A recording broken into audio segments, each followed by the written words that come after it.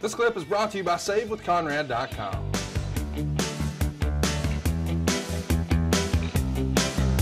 I don't know about that. Oh yeah, you do. Well, David, you set up a lot of the old Nitro, sets and things like that too. I'm curious from just the way you would utilize the space inside the arena. We've got so much more floor space here around the ring. Of course, there's no mats on the floor. It's just a concrete floor.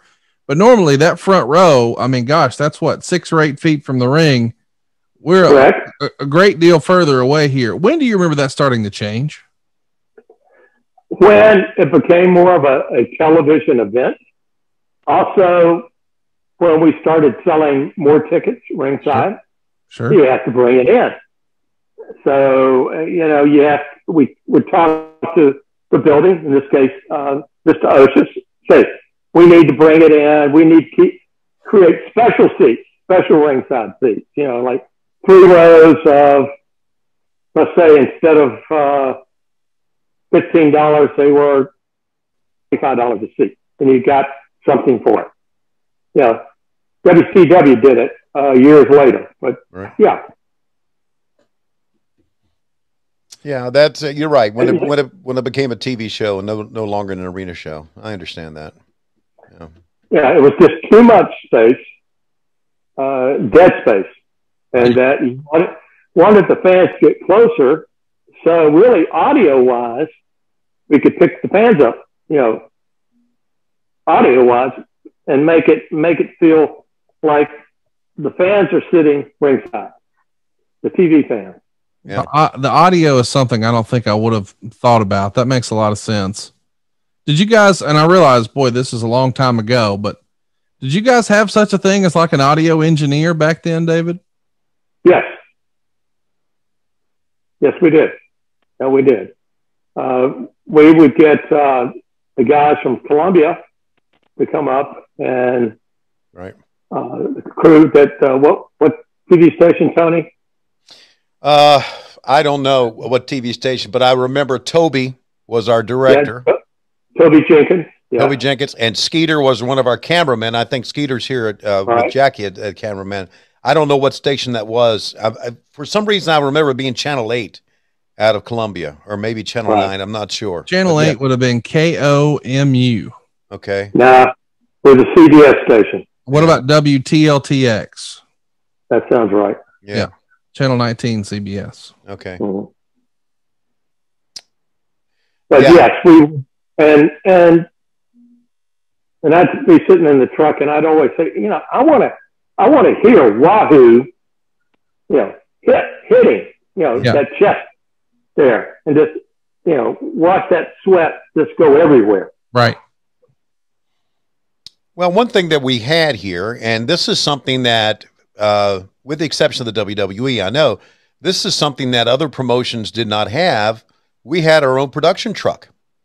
That is correct. That's right. So we had, it was really back in that era, one of the top of the line production trucks that was in wrestling. I mean, we didn't use it for TBS like we talked about earlier, because that was done at the studio. But every time we went out for something like this, or went out for Worldwide, or went out for Mid-Atlantic Championship Wrestling, we used the truck. And of course that was Emerson. That was the great Wayne Daniel. Yes. He lives in Atlanta. Lives in Atlanta. I know he does.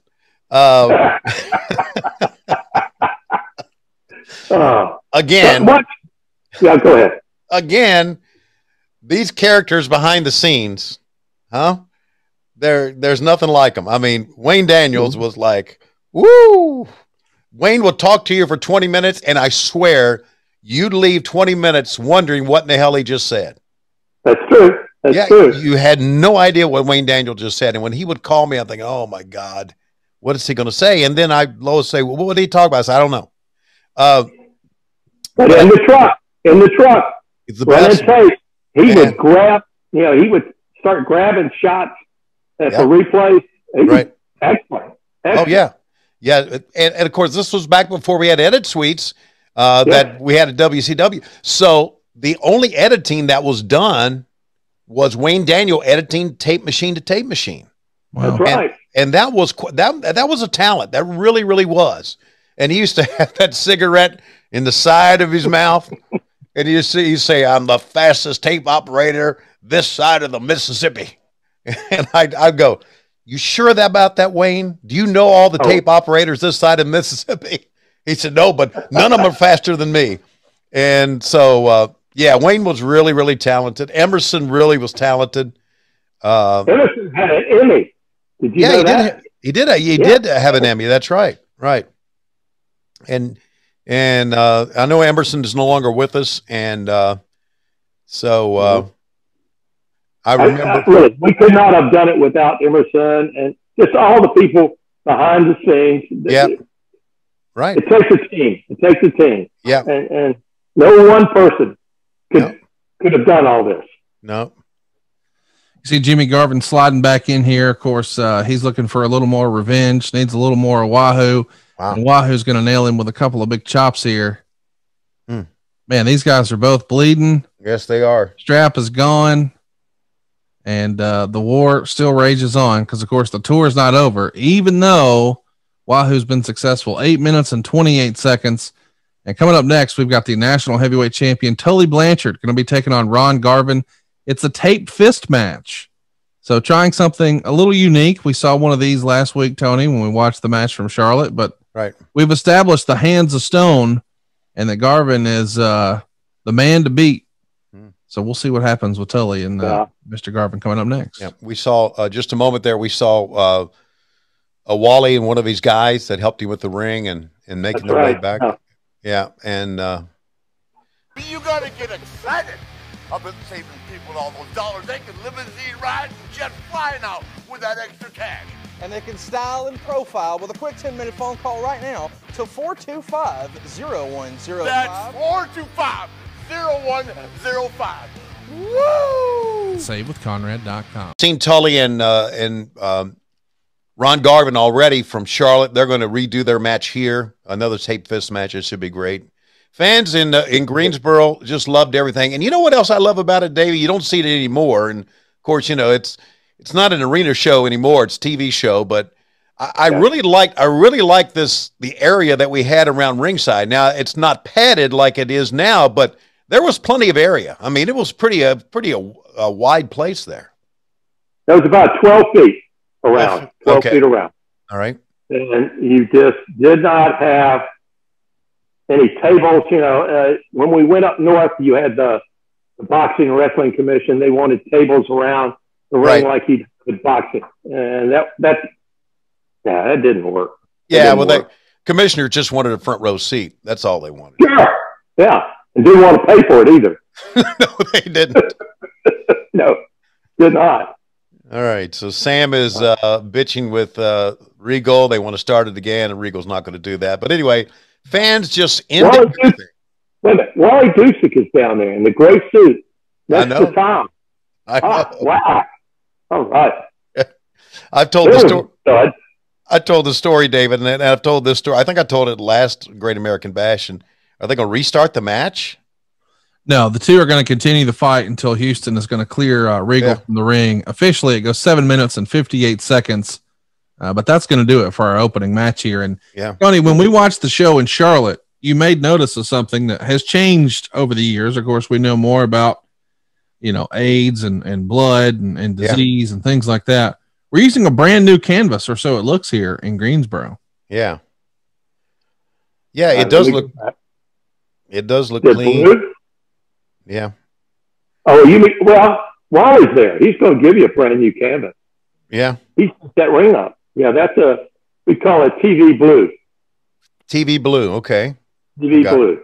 Yeah, I like the lighter color. The white canvas, and there again, this was our whole lighting system on pole lights. So the reflection off that white canvas did horrible things to a camera. Sure. Yeah. David, I want to tell you this story, a Wally Dusick story, because I did a number of, during 86, a lot of ring announcing for you guys. And the first time I did ring announcing where Wally Dusick had set up the ring, Wally told me, he said, I need to tell you something. I said, yes, sir, buddy. You know, much respect to Wally Dusick, right? Yeah. And he said, some of these guys will tell you to call me Mr. Fantastic or Mr. Whatever, or tell you a nickname. Don't you listen to those guys unless the promoter tells you what to say. Don't you say it. I went, you got it, buddy. So he didn't trust. He didn't. And this comes from being old school Wally Dusing. He didn't trust any of these guys. You know, I mean, he thought they would be out for their own business. You know, doing their. He did not trust them. Matter of fact, you know, he started sort of in the carnival. He was the tough guy. If you play the tough guy, you know, you get money. That's why. Right. Hey, it's Conrad Thompson, and you're listening to What Happened When? With the voice of your childhood, Tony Schiavone. Tony, what's going on, man? How are you? Conrad, I'm in a great mood. It's great to be with you. We've got a great program today. We are going to obviously go back and relive another couple moments, a long moment in the Great American Bash. And we've got a special guest we're going to bring in a little bit later. Man, I didn't know that it could get any better, you know, last week when we had the old Great American Bash from Charlotte, the stadium show where the Nature Boy Ric Flair himself lands in a helicopter on the field. But it's even more monumental because, of course, the title didn't change there. And, you know, Tony, in my research, I discovered, I didn't know this at the time. Okay. The show we watched last week from Charlotte, Great American Bash, Ricky Morton challenging the Nature Boy inside of a steel cage.